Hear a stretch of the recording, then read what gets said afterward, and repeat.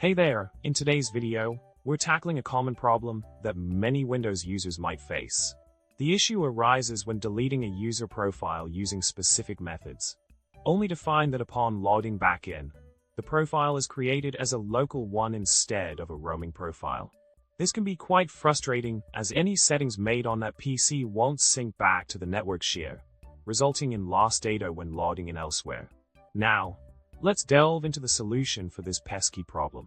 It turns out that having Apache set up as a service running with your user credentials could be the culprit behind the creation of local profiles. By uninstalling the service and removing the profile again, you should be able to get back to having a roaming profile as intended. Remember, going in a safe mode may be necessary to delete the profile if it's always listed as loaded. True in Win32_user profile.